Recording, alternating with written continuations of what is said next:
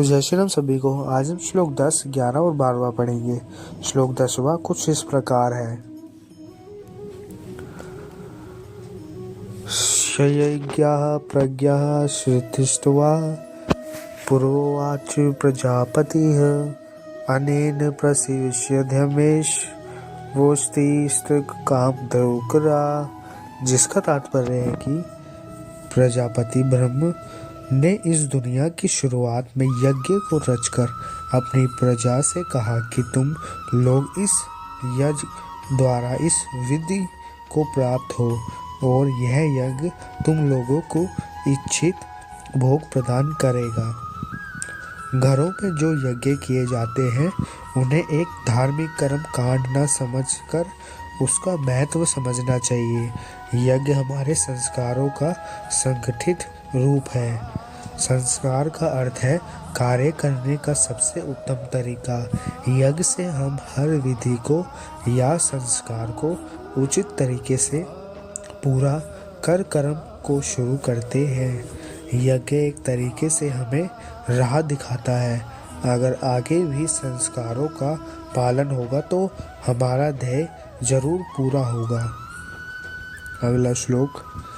देवान भावयतानेन ते देवा भावयन्तु वः परस्परं भावयन्तु श्रेयः परम वापस्थय।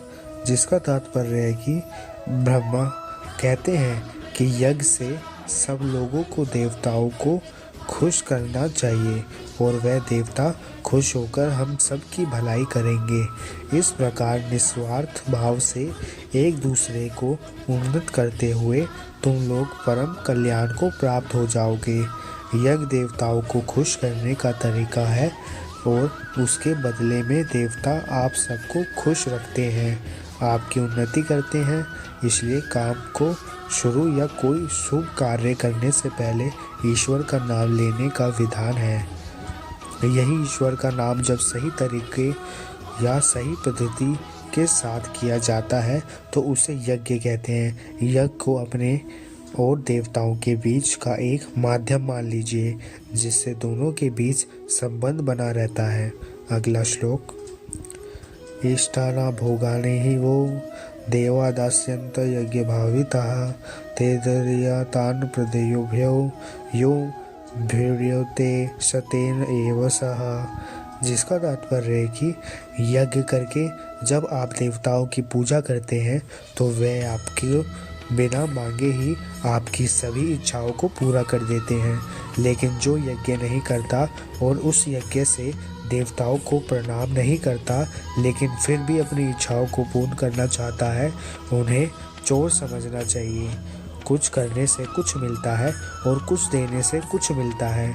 बिना अर्घ्य चढ़ाए या बिना पूजा किए अगर कोई चाहता है कि उसकी इच्छा पूरी हो जाए, बिना कोई काम किए अगर कोई सोचे कि उसका काम बन जाए तो इसे